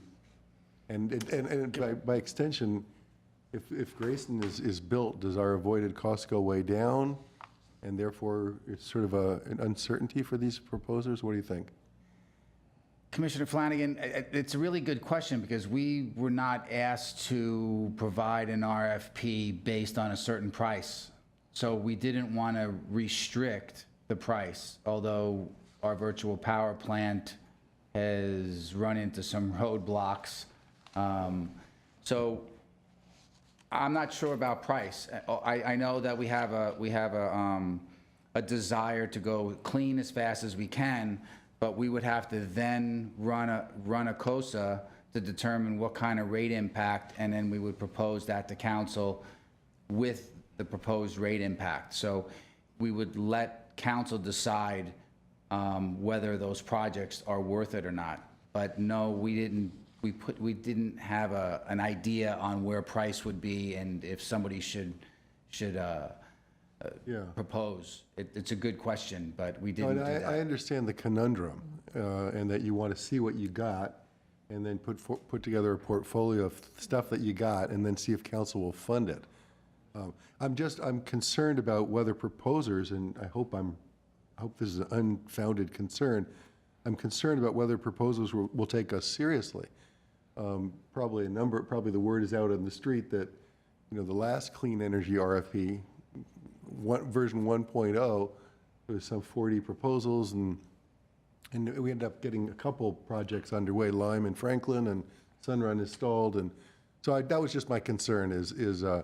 And building on that, and I think the answer is clearly no. Is do we have a budget for this phase? I don't think we have a budget at all. No. We just said we don't want any more than 50 megawatts, but that was one of the questions that came in from the callers. I noticed that I forgot that we actually do have a feed-in tariff price for solar. What is that price? Well, it depends. Approximately.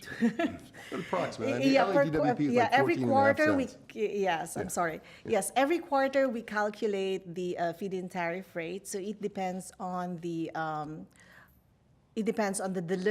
cost of the energy, the cost of the renewable energy, then the deferred transmission and losses. So the best feed-in tariff programs in the world, Germany, Spain, Italy, Japan, have all set a price so that developers know what they're shooting for. And if there's no certainty in the price, then again, this sort of gets back to will proposers take us seriously or not? We've had no applications for the feed-in tariff. I presume that's because our price is insufficient and maybe because there's uncertainty out there. So those are my concerns about this RFP. Is that I hope they're unfounded again. Will we be taken seriously? We don't have a budget for this phase. We don't have a price for this phase. We don't have any targets by sector in this RFP that I've seen, and maybe I'm wrong about that. But it seems like we're hoping. We're spending a lot of effort hoping, and nothing wrong with that. And then I noticed also that I think in this doc, or maybe in the RFP itself, we have 2,200 net energy metered PV systems in our utility territory. I believe that's right, and that's in 23 megawatts of capacity. What does that tell us? Does that tell us that we have a lot more potential? I mean, I know that we would want to do it. Absolutely, we want to pair solar, or we want to pair storage with solar so that we don't end up with that excess of solar in the middle of the day. But does that 2,200 systems tell you or tell staff that we have just a lot more distributed capacity that we can tap in the city? Commissioner Flanagan, I think it's interesting. I think that there's an appetite for it. But I also think that we were very aggressive in our solar program, and we got to 23 megawatts. So I think that's the low-hanging fruit. I think that if we're going to try to be aggressive, and when we spoke to one of our virtual power plant partner or potential partner, we find that it becomes more and more difficult as more and more solar is in the city. So it becomes pretty problematic because we were very aggressive early on. So I'm not sure if the fact that we have 23 megawatts indicates that we have a lot more to go. I think we have less to go because we were so aggressive. But I'm looking forward to, the virtual power plant conversation, and that would take off a lot more rooftops. I think I appreciate the fact that we were aggressive as a utility and in getting those initial systems in place. And there's been a lot of changes since then. I mean, obviously now the climate emergency is widespread, widely understood. We've got war going on in Europe. There's a lot of reason people want the EVs right now, and they want the solar systems right now. And I guess I would like to see just some sort of a commitment that we're not just going to be limited by a COSA, cost of service analysis, that doesn't take into effect some of these societal factors. And I think I queried on that in one of the earlier meetings that we had. Are we taking into effect the climate emergency in our COSA? Are we taking into effect, international, war going on, and therefore supply constraints and all these factors? I would just hope that we don't define cost effectiveness for all these DERs so narrowly, because the benefits of these DERs are much broader than financial.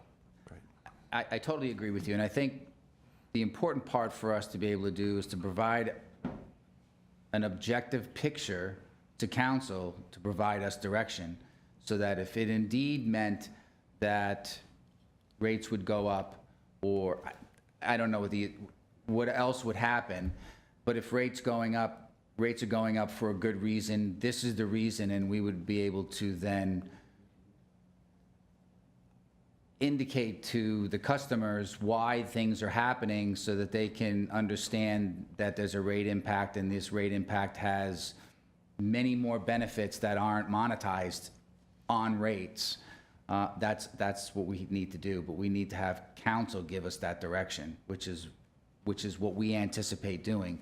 We're going to give them portfolios and ideas, because the cheapest options aren't only necessarily going to be the best option if they don't fit in a portfolio. So you have to look at the portfolio and see you need a little bit of A to get a little bit of B and maybe 1 or 2 Cs, and you put them together and make it a viable portfolio.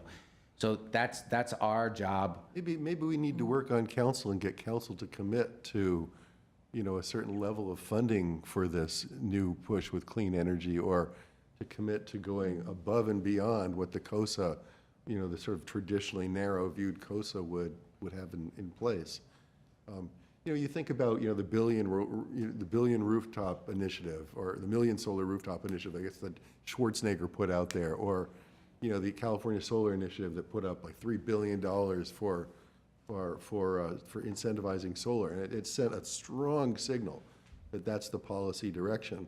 That's just my concern, is that and I thank you for getting this out. We're all excited about it. But my concern is, do we have a commitment to spend the bucks?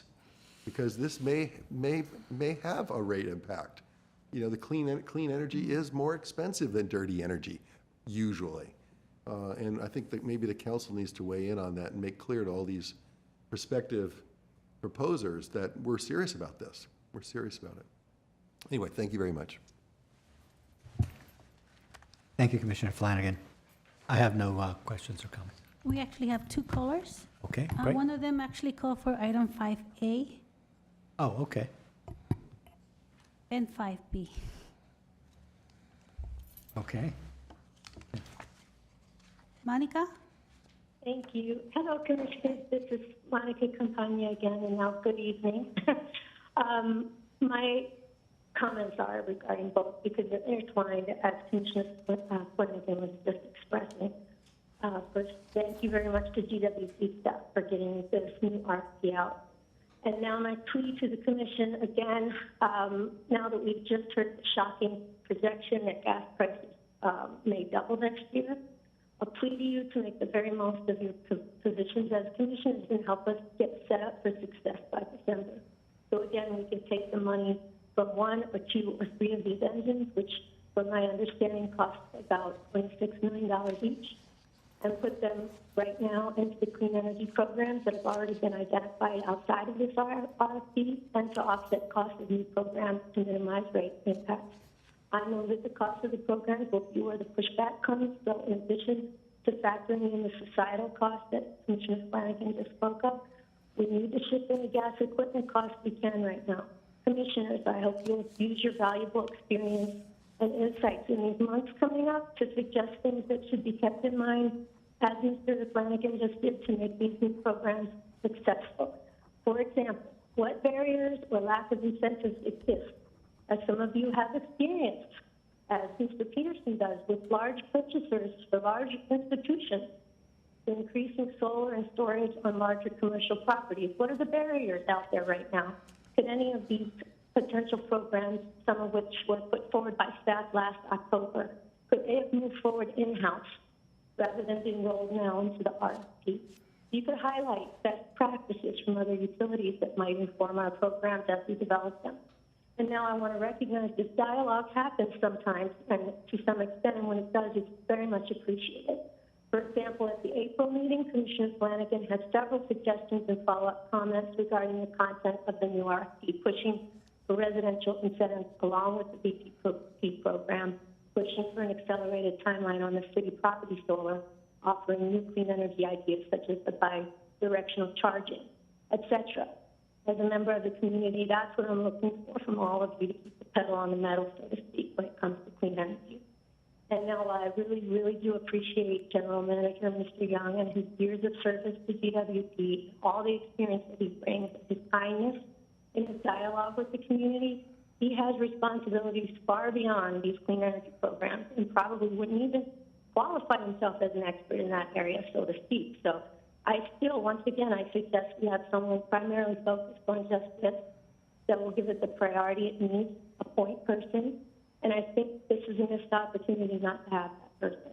I'd like to ask you again today, is there a commissioner who would propose that a formal recommendation be made from the commission that GWP hire a clean energy expert as a consultant or establish a new position whose entire job is to manage and expand our local clean energy programs and to help staff who are already handling so many other tasks? I mean, I know it's hard to wear so many hats and do it well. Lastly, I would like to restate the request that since Biden has suspended tariffs on solar panels from Southeast Asia for 2 years, let's get going on buying them for our city properties in the next 24 months and for all these other projects. Commissioners will see a budget increase this year, $3.4 million for just 4 projects for solar on city properties. I ask you to push for more, commissioners, please. Here's one example that GWP will express budgetary concerns about. However, if we're spending less on ISIS, perhaps we can spend more here on solar and storage. And though we do have a commendable amount of renewable in some renewable categories, we're only at 2.5% of GWP customers with solar installations right now in our city, whereas the state average is closer to 10%. So let's get going. I have more to say, but I'll stop there. Thank you. Thank you, Monica. Appreciate it. Bert Culver, you're on the air. Good evening. Hi. I just heard another beep. I'm not sure if you heard that. Anyway, good evening. Did I read that right, that geothermal projects are not allowed to be submitted? There's at least one company that's piloting drilling deep geothermal wells that allow geothermal production anywhere on the planet. Could happen right here in Glendale.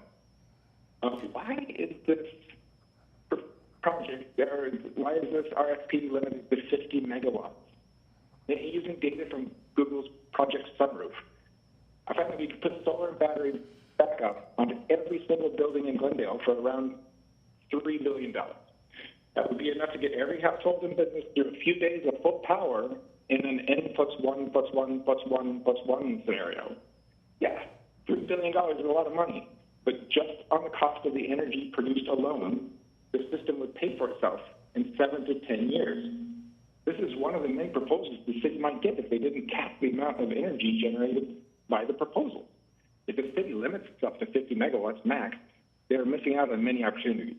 Again, if GWP was really serious about increasing local, reliable, clean energy, they wouldn't continue limiting themselves from finding out real solutions. Thank you. We do have one more caller. Kate Angler.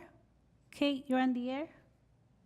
Hi there, it's Kate Unger again. Thank you all. I don't have anything prepared on this, but I wanted to riff off a couple of things that Commissioner Flanagan said, and I definitely appreciate his comments.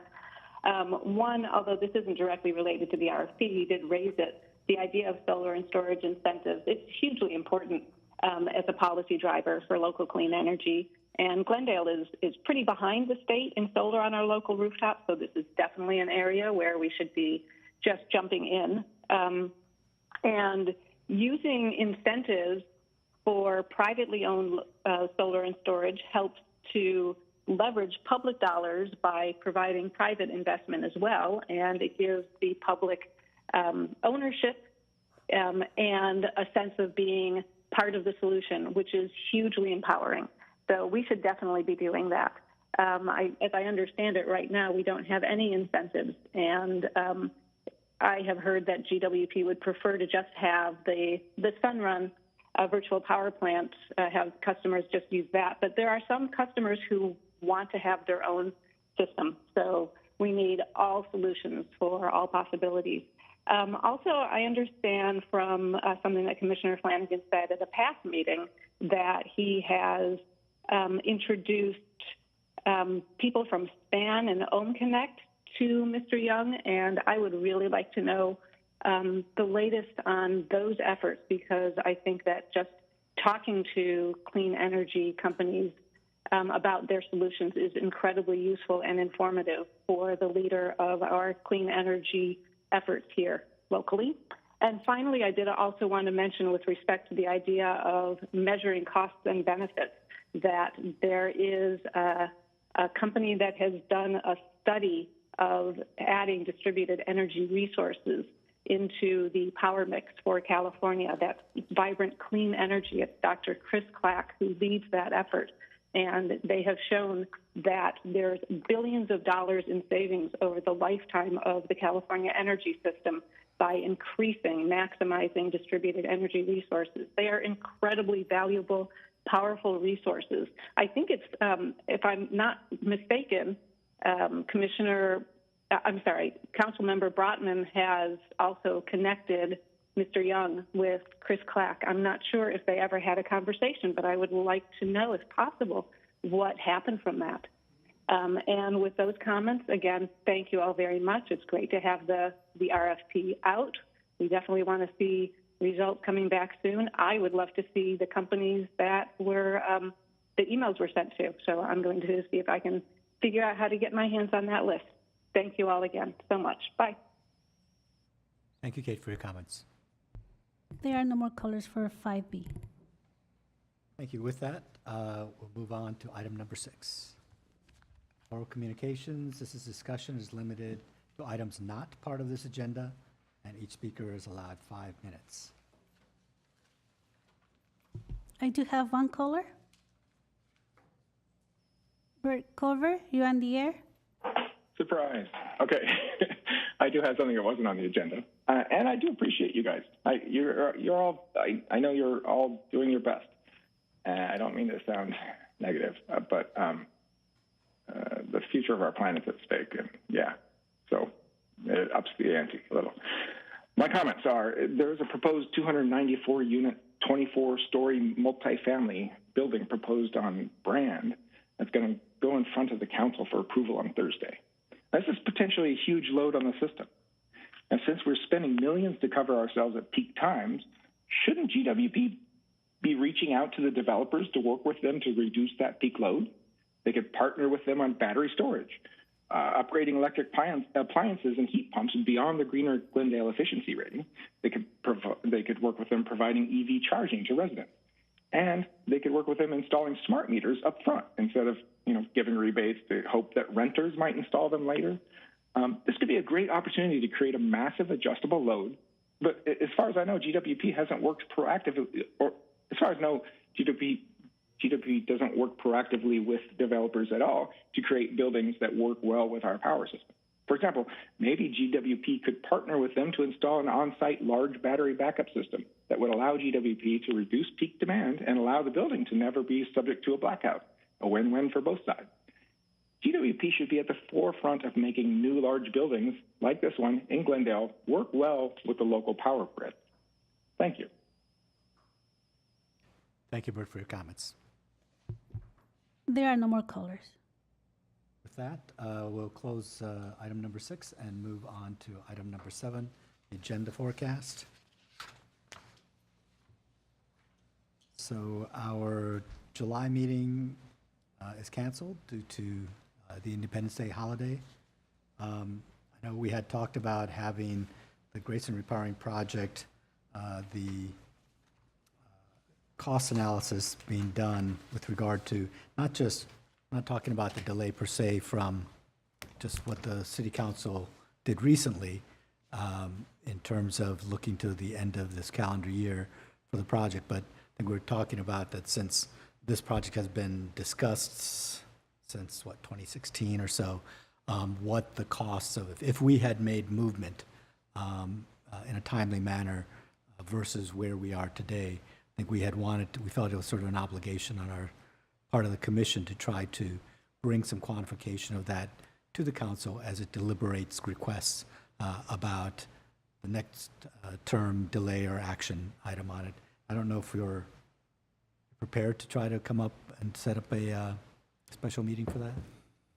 President Peterson, I think our intention was to report to you the cost of the delay from a couple of months ago to December, as opposed to the delay from 18 to now. I'm not saying that we couldn't do it. Obviously, it's doable, but I think what we would have to do is we would have to go back and try to quantify that number for you. But we plan on having a special meeting on that because your July meeting is going to be canceled. So originally, we were going to talk about the 11th or the 18th. Was that? I'm not sure where we are now, because if we're going to talk about No, we don't want to add scope if, regardless of what the understanding initial intent might be, if that was management's understanding of what it is and that's what you're prepared to do. I think it's worth getting at least that out there versus, that's what I would suggest, versus taking more time to do a more historical analysis. I don't know that that would be all that helpful. Okay. So, I don't know, where do we go? The 11th or the 18th is?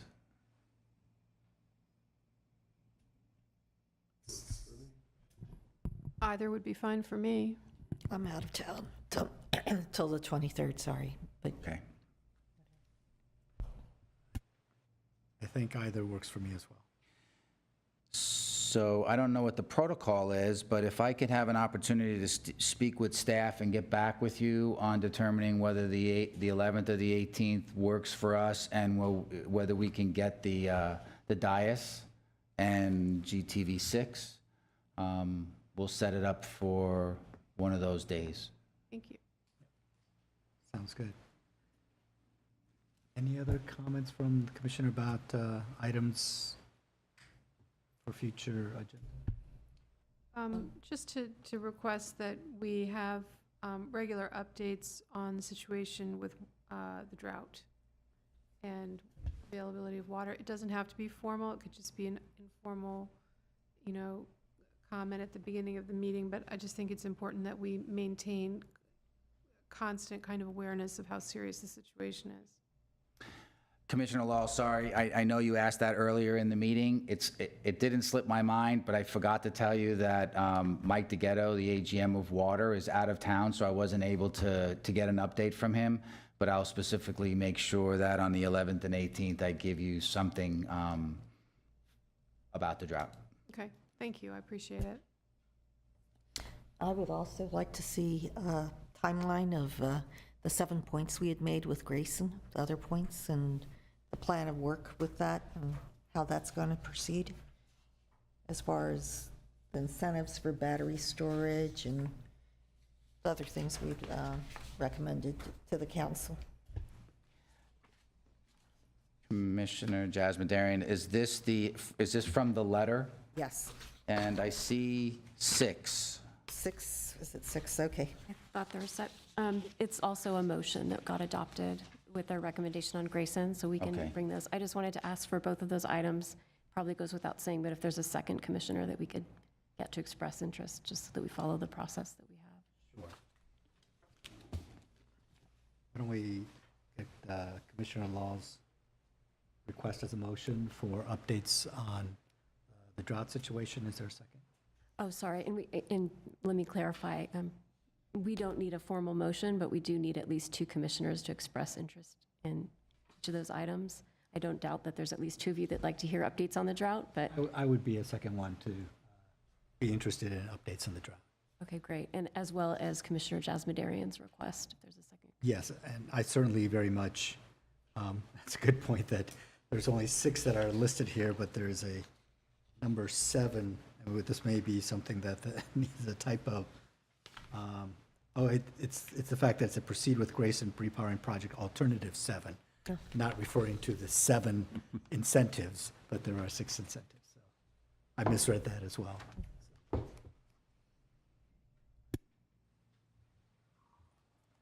Any other items? Hearing none? Thank you. Thank you, everyone who called in and made their comments. Thank you to the staff for your excellent reports. And thank you to my fellow commissioners for their excellent insight, comments, and questions. I very much appreciate your work and dedication to the community.